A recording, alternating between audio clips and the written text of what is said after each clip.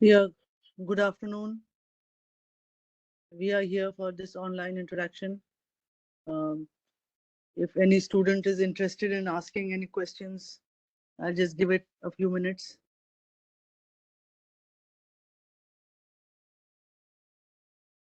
So this was a 12-week course which talked about different areas of climate change and literature. It linked literature and climate change. That is, in other words, it linked humanities and science together.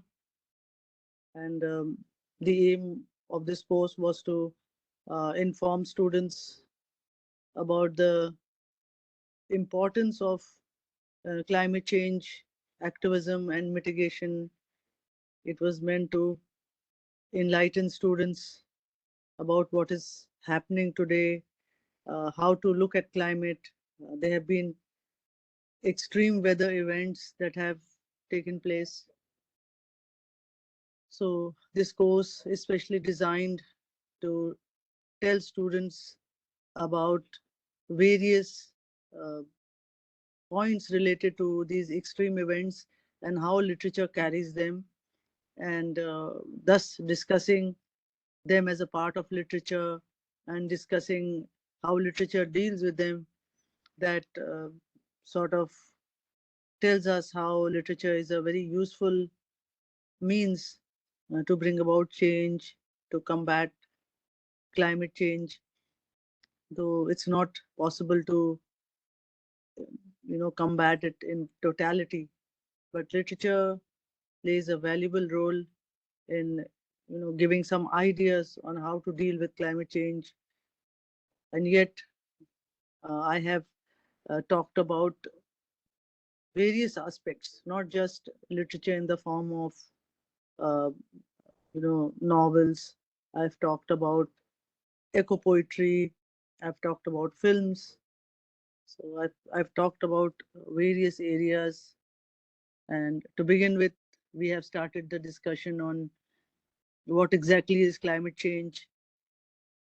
The important thing is that if science introduces people to climate change and ecosystems, it's very hard to understand.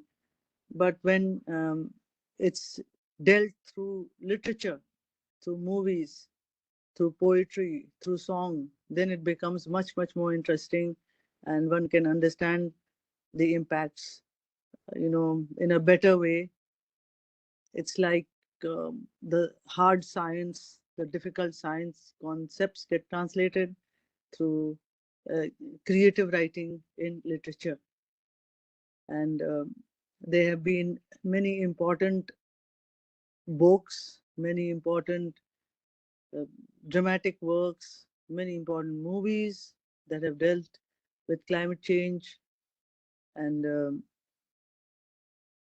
so it's like at some places we have had to try and understand climate change in the context of our localities. And it's not just a phenomena that is very general and which we can understand only in general terms. Climate change is something that is different in every country, different in every locality, and every population faces the challenges on a very different level. And different subjects are related to climate change. In fact, everything that human beings do, all activity is related to climate change, because if climate is not okay, if the temperature is too low or the temperature is too high, then life is impossible, and anything that is of human interest, that is impossible. So no matter what we discuss, whether it's politics or history or science or law, all the things are associated with climate. And it's the climate links all of them together.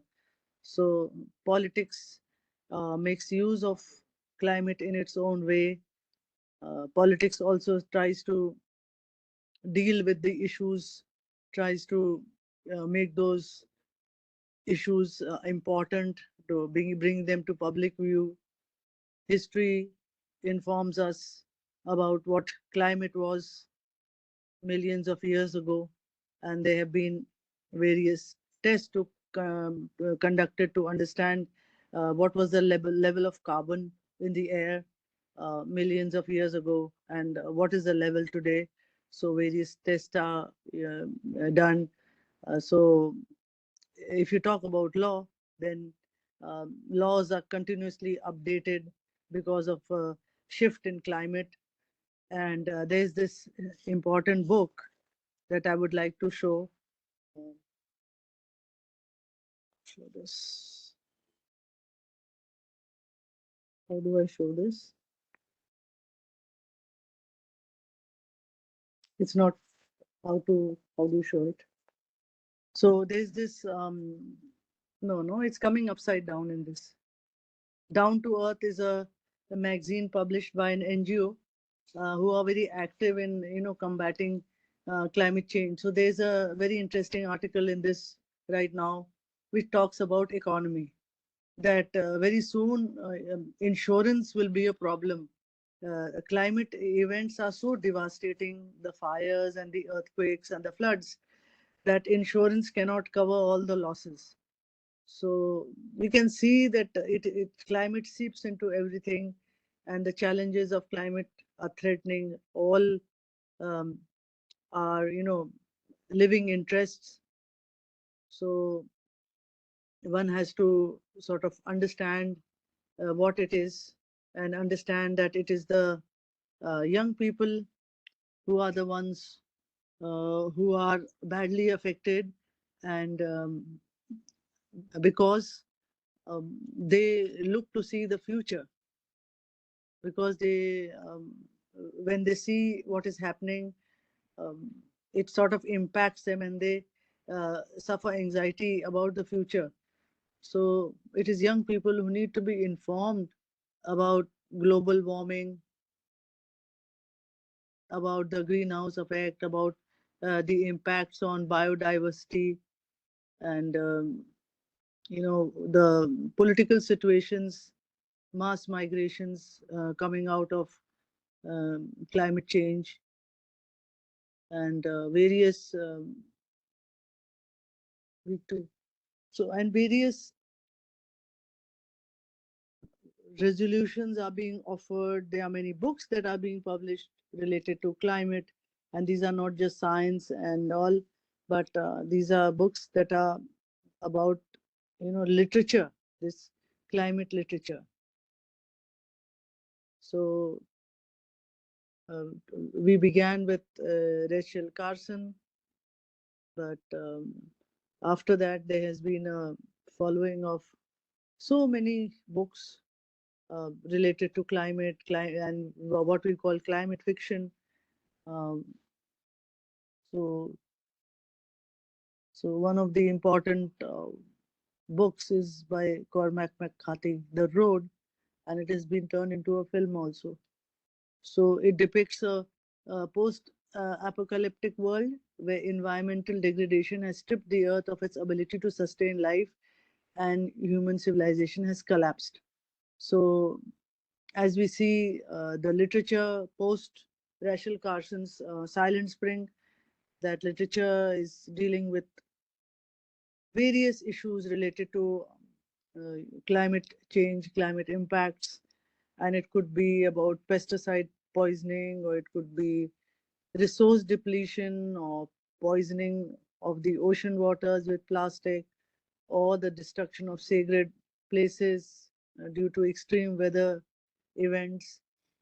So these are some very important points that we need to be aware of, and unless and until the young people see it in a very objective way, they will not be able to understand how important it is to take steps to, on an individual level, to mitigate um, climate change.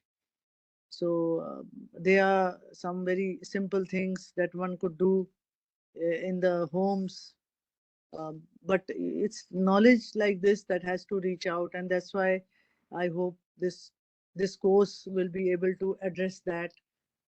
Simple things like avoiding the use of plastics and trying to get recycled paper wherever possible. Um, when we use wood pencils, we are cutting down trees, millions of trees to use wood. And then when we use plastics and we discard them, they are non-biodegradable. That is, if they mix with the earth, they remain like that and they do not degrade and mix with the soil, but they create pollution and they create carbon dioxide and methane, which goes out into the atmosphere and poisons the air. And this same plastic bag, when it goes through the drains and goes into the ocean water, it poisons the water. It becomes, turns into crystals, and so marine life is harmed. And it's not only marine life that is harmed, but it also reaches the sources of drinking water. So one can see a small, you know, prerogative, a small action like trying to avoid plastic and trying to tell others also could be, kindness to the environment. In the same way, in our homes, around our homes, we see packs and packs of dogs. So, killing them or killing any life is not a solution, but other ways should be to manage them, to take care of them, to manage their populations so that they are not a threat to humanity and they do not die, cruel, gruesome deaths by cars and all. So we see this mistreatment of animals, which is again part of this, incentive to be kinder to the earth. And we are unkind in so many different ways, where the way we see our cows, which are roaming around the streets, which are hungry and which are swallowing plastic. So again, this that plastic, it kills them. So plastic is a very toxic thing, a very cheap product, which is actually no cost for the manufacturer, but they earn so much of money by this selling of plastic.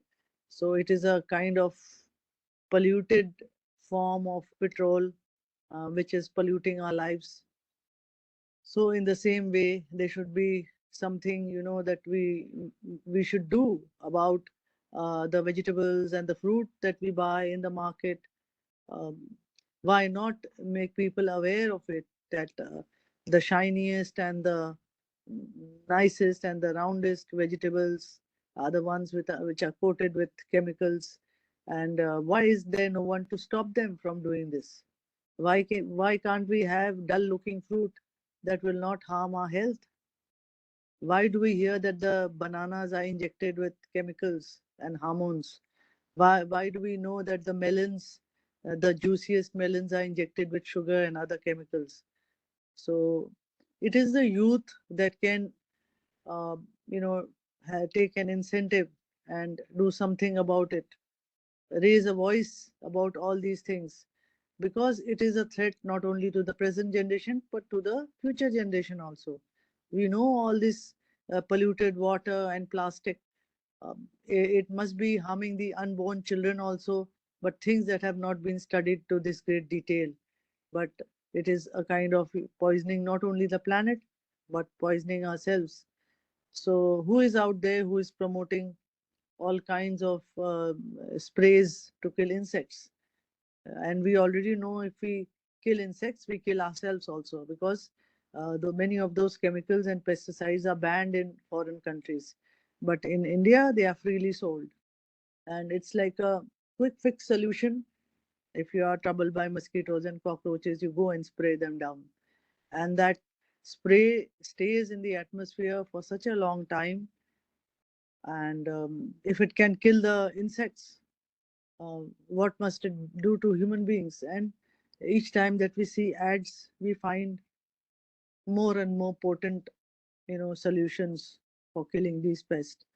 And yet we already know that there are herbal alternatives. They are things that are there from ancient wisdom. from ancient households, grandmothers' remedies that are safe, and they get rid of insects too, and they save our life and our health too. So the awareness is important, and there are uh, so many books that deal with so many of these outcomes, uh, of cruelty towards the earth. So one of the very interesting books is Braiding Sweetgrass, which starts me onto another area that is about tribal wisdom. So what resources can we use when we think about uh, combating climate change, finding resolutions to the climate crisis? So there are so many things that are there in tribal wisdom that can teach us so much. How to live in nature and how to live a safe, healthy, and meaningful life. So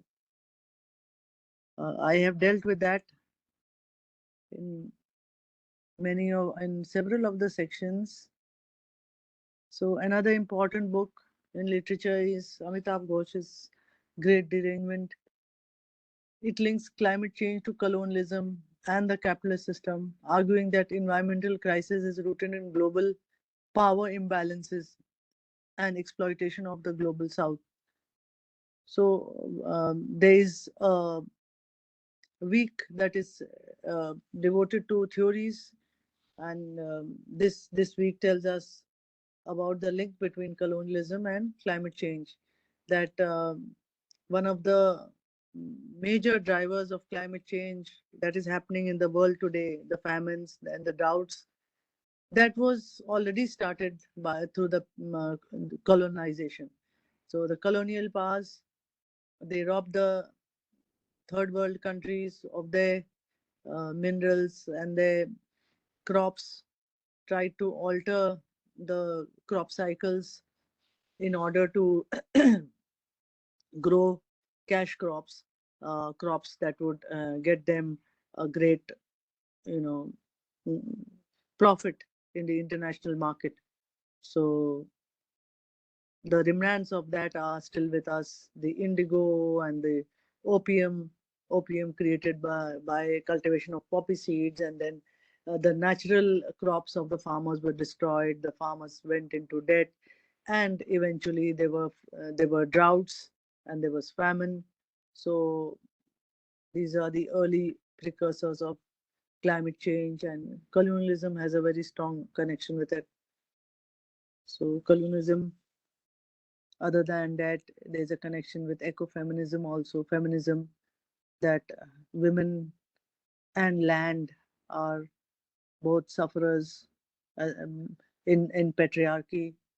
Both suffer as being created as, treated as objects to be exploited, and they are just a resource to be used without any respect or without any consideration.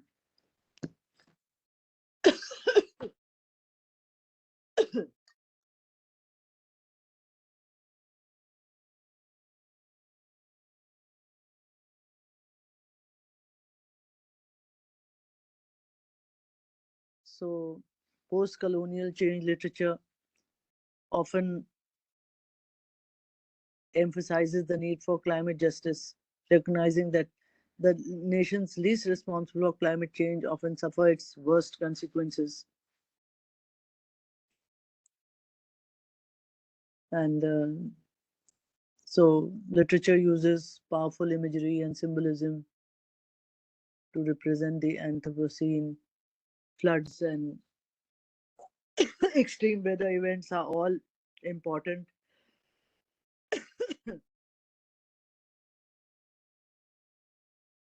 For example, in J.G. Ballard's The Drowned World, there's the imagery of the flood created by climate change. And through this, a psychological and societal shift is studied, which exists in the impacted environment.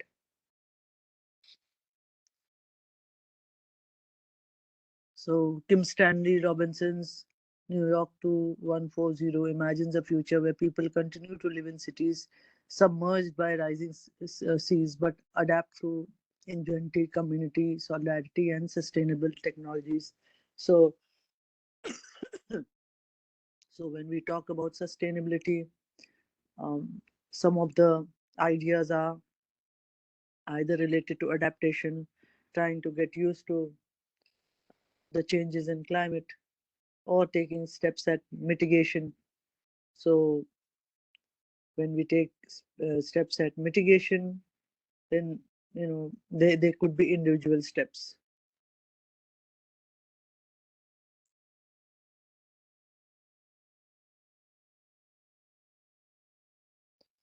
So it is not only the external environment that is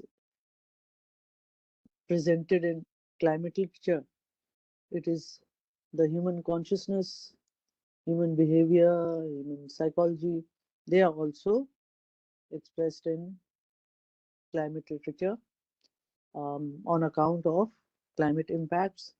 So, a novel like uh, The Rapture by Liz Jensen, that novel, it talks about the human psyche and its connection to weather or climate. And it is very well brought out by this insane character who is called Bethany Krall and who is able to predict floods and climate events very clearly. Also, some novels bring about an expression of eco anxiety, and which means a dread or fear of the climate events, namely among the young people, because they cannot come to solutions instantaneously.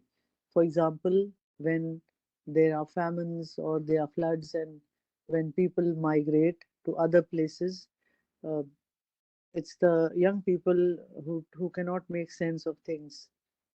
The adult can look for solutions like change of place or change of profession, but young people are left stumped. So a course like this also addresses this idea of eco anxiety and how to deal with it. And one of the ways to deal with it is to understand what is happening and why it is happening, and go to literature to have a deep perception of the matter, not to just see it as a scientific concept, but to see it as a much deeper happening, which is the result of human actions. And those human actions, they may be recorded in history, but there is no better record of that human experience, that uh, human action, and the experience of the earth, that is through literature, through movies, through theater. So when in earlier times, when we discussed British literature, we were only talking about conquest of nature, such as in Moby Dick or in Old Man and the Sea by Ernest Hemingway. It was all a conquest of nature. But today, the thrust has been to do away with the Anthropocene, the human centered universe, and to come to a nature centered universe, to give nature its respectful place, its rightful place, as all of us on this earth are equals. So, this novel, Flight Behavior by Barbara Kingsolver, this novel, Flight Behavior by Barbara Kingsolver, it portrays how climate change affects the emotional and psychological lives of rural communities, but it also talks about the migration of butterflies. So we can see, for the maybe the first time in the history of, I think, classical literature, that nature is referred to as directly. The spider um, or the cockroach may have appeared in literature earlier, but they may be just symbolic, literary symbols. But here they are dealt with directly.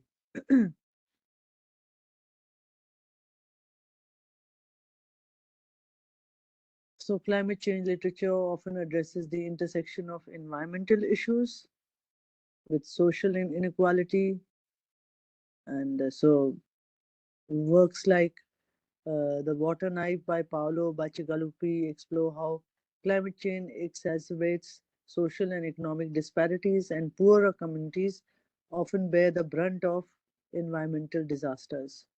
So, many of these novels talk about how environmental disaster leads to inequalities in society and resource depletion and post apocalyptic worlds in which uh, green lands are turned into deserts, uh, where we already have the example of Sahara Desert, the green areas, forested areas, which are supposed to be carbon sinks. They are all converted because of commercialization into lots for commercial buildings. And as the CO2 in the atmosphere grows, um, gathers intensity, and makes the earth warmer, there is no outlet for it because the forest, which were the carbon sink, which helped absorb the extra CO2, they have been destroyed. So it's the same case of swamps in West Bengal, which are commercially exploited for buildings, and these are very delicate and very fragile territories, which archaeological societies and organizations have given the as forbidden that building should not be made on them. But being carbon sinks, the that carbon sink is depleted, and also lives are threatened by making these buildings in such areas, such volatile, such vulnerable areas. But we can see that capitalism is a major problem, and because of that, there is growing inequality in society also. But the threats of climate change are looming larger and larger because, for the sake of capitalism, for the sake of wood, that forest and green cover is being cut down.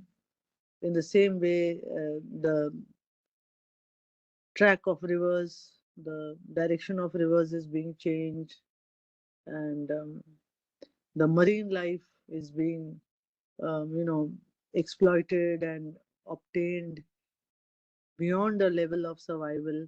That is, there is something called sustainable fishing, which now some countries have started there, probably in Japan, where they uh, have the count of fish at a place. They have a count of species, and they know which are the vulnerable species, and the fishermen, they are informed about which species they may catch and how many fish they can catch. So this is called sustainable fishing. So these kind of understanding can only come through knowledge, through spreading of knowledge about climate change. And literature, as we said, is a very good tool for spreading this knowledge. We have several sea, marine living things, which are very useful in the cosmetic industry, which are very useful as food, and there are entire populations that are sort of economically dependent on these uh, things from the sea, these kind of fish and marine life, which is sold and which is processed and used in all kinds of household uses. So It is, capitalism that needs to be curbed. And capitalism is something which is about greed for money. So when we discuss the idea of eco spirituality, then environmental ethics and responsibility, then the idea comes that one has to be conscious of one's value systems. And I think very strongly one needs to uh, go back to one's roots, to traditional wisdom, to understand this ethics. In many religions, people don't start eating lunch or breakfast without feeding the cows or the crows outside.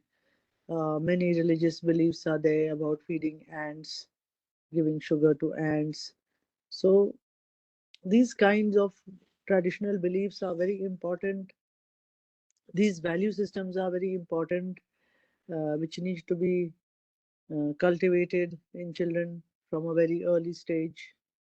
And they pave the way for a harmonious relationship with the earth and the environment later on in life.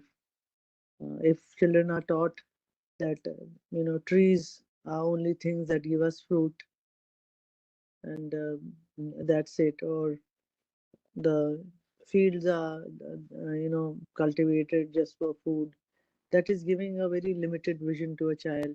Rather, telling a child that when we get fruit from a tree, we have to express our gratefulness, and we have to take care of the source that is giving us the fruit.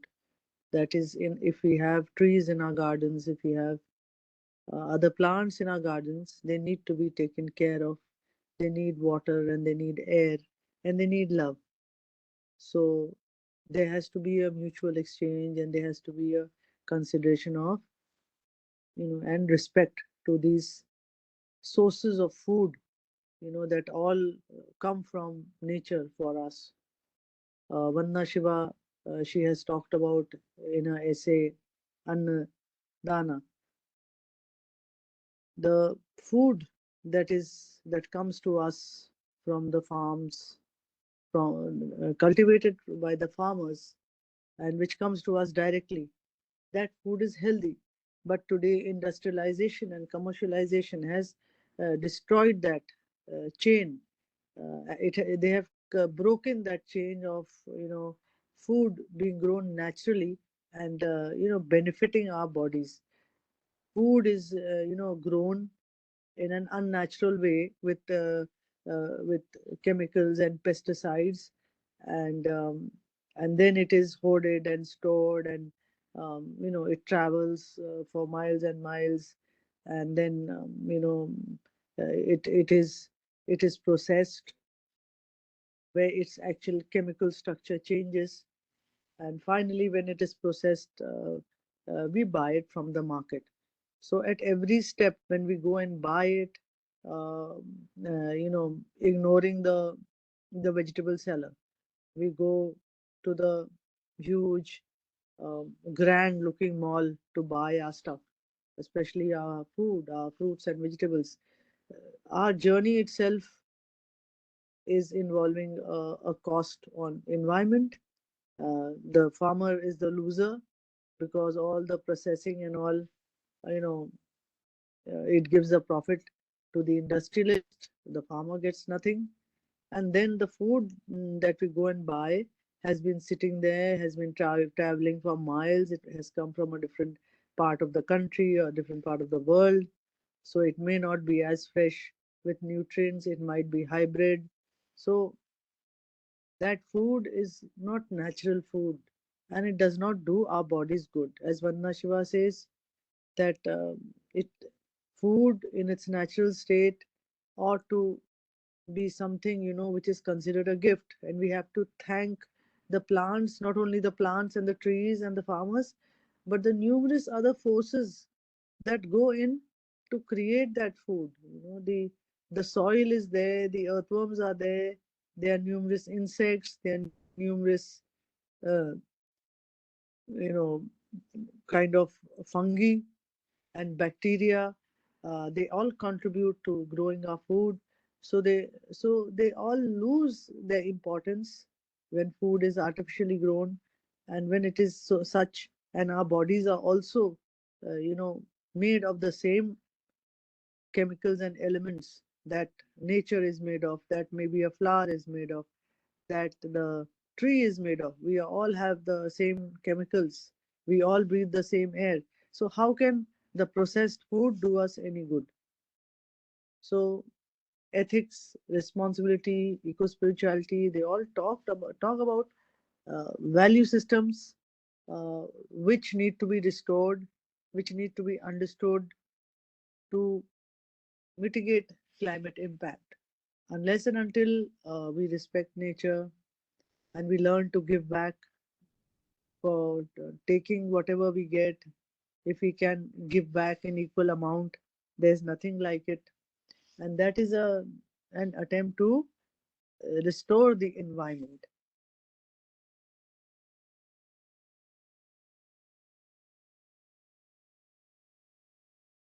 So many of the climate change narratives are dystopian, and they are dark and offer up us a very pessimistic view of nature. But they also works that focus on hope and activism, and so they show individuals or communities taking actions to combat environmental crisis.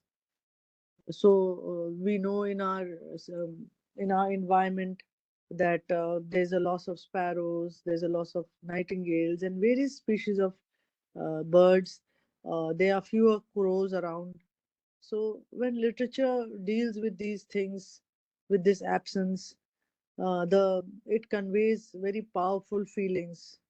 It conveys uh, the sense that there is something in this disappearance that we can sort of work to mitigate. So the activity of various um, NGOs that has been there in stories. There has been a very interesting story um, about a she owl, and this was stories on climate change, about a group of people who were environmental activists. They were trying to save the last species because before the forest was cut down by the capitalist and the commercialist and the industrialist. So they wanted to save the species. So they were trying to save a she. They were trying to save various insects and various beetles, etc. Various worms, trying to put them in other sanctuaries so that at least that species would not become extinct. So these people were involved in a losing battle against the commercialization and against industrialization. They are trying to save these bird species, and they are trying to save a she owl. And the story says that the man is hanging with all his tool and gear on the tree for 3 days, and he's still not being able to trap that she owl. And the she owl seems beyond reach. And finally, on the last day, when their time is almost over and they have to return because this was the only time that was given to them.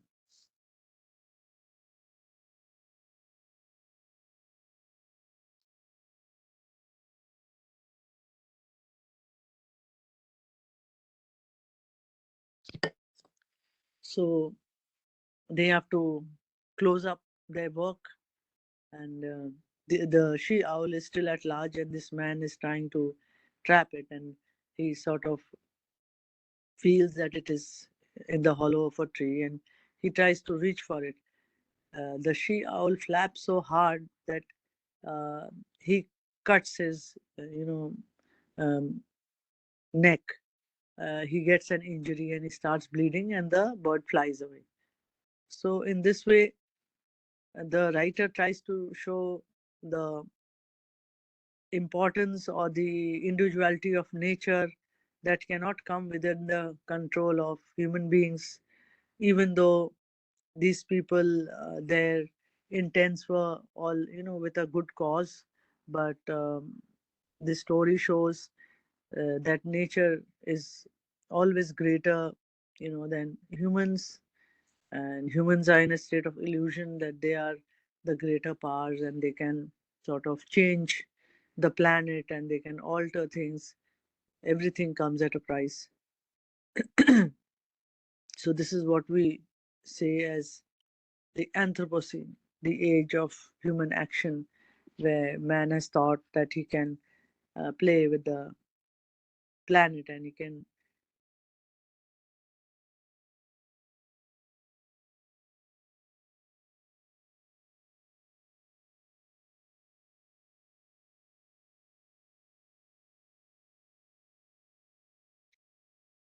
So it is uh, that the thing is that, as um, various writers as uh, have said, in Ghosh, that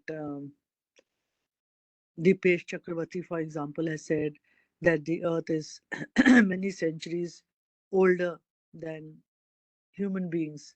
So human history should not be considered as part of this thing. You know, human history is something that is very short lived.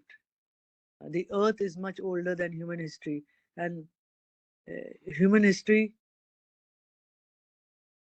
when it is sort of, it addresses events, they are always events related to human beings. So one must think of history as the earth, history of the earth, and it is nature or climate considered in deep time, thinking of the present day events in concern or in consideration of the future, and also in consideration of history, which is according to the time of the earth. Uh, Human history is very short lived and very unimportant in that sense, because the planet is older. The planet has had its certain patterns, and it's human beings who are trying to alter the patterns of the planet.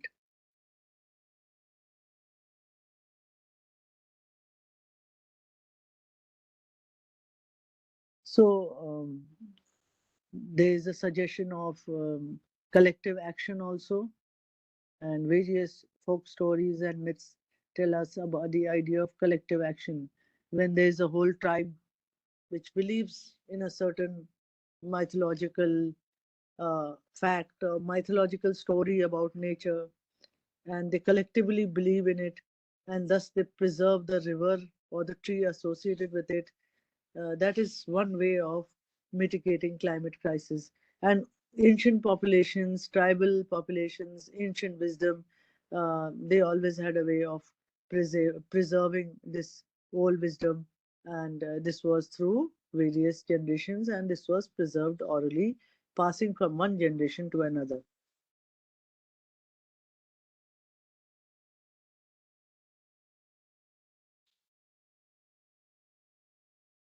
So there is something other than climate fiction. There's something called climate non-fiction too. Climate non-fiction deals with the bare facts of climate change, can be in the form of films, or can be in the form of documentaries. So that deals with the bare facts of climate change, and it is not, there is no mixture of dystopian or fantasy in it. Nevertheless, it tells about um, climate change. And when we talk about climate fiction, as we discussed here, there are numerous books, and there's poetry, there's theater, there's drama. They are all telling you of different facets of climate change. When we talk about climate films, there are some important films that tell you about dystopian futures, tell you about um, resource shortage. So uh, they are films that tell you about destroyed Earth, the destroyed universe, and all because of human greed. So there are some attempts by Indian filmmakers also to come up with such films.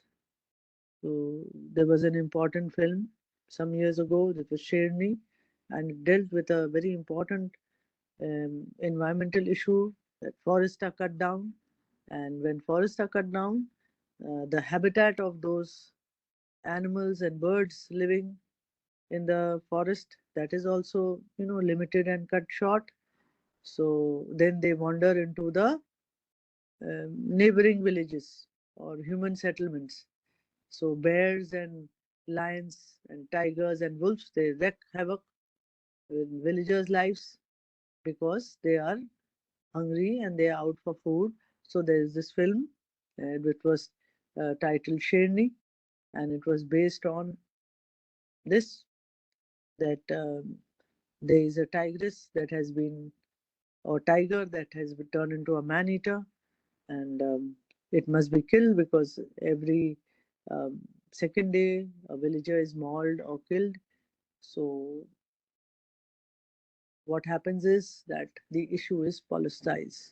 It, politicians take over, and they politicize the issue, and they, for the sake of votes, they tell the villagers that their problem will be dealt with. They must, the problem must be dealt with, and they must vote for that party.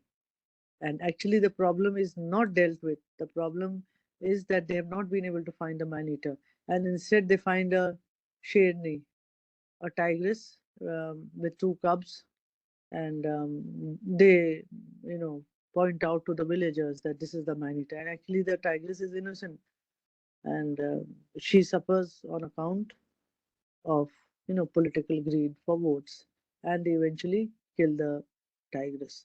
So this is, the tigress also represents the gender, because in that the forest officer is a female who has a very different point of view. She's trying to save the tigress, but she's unable to save it, and eventually she saves the cubs. So we can see that these are some other outcomes of climate change dealt in films. So there's a role of guilt and shame in climate change narratives. So many literary characters experience guilt over humanity's role in causing climate change. The guilt may be tied to individual behaviors, industrial practices, or governmental inaction. Then the idea of shame. Psychoanalytical criticism can explore how characters express shame over their inability to prevent environmental destruction. This shame may be manifest as withdrawal, passivity, or self destructive behavior.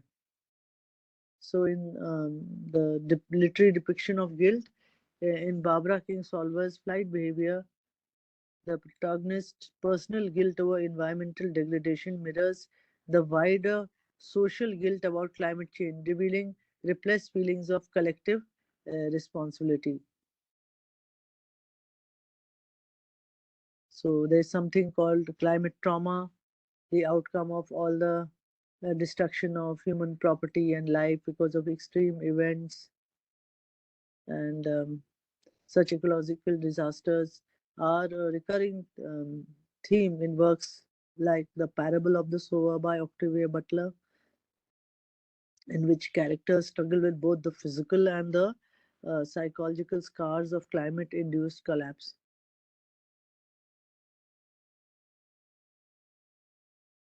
So there's a role of dreams, and prediction of dreams and psychic connections also in climate literature, as we see of Bethany Krall in the novel The Rapture.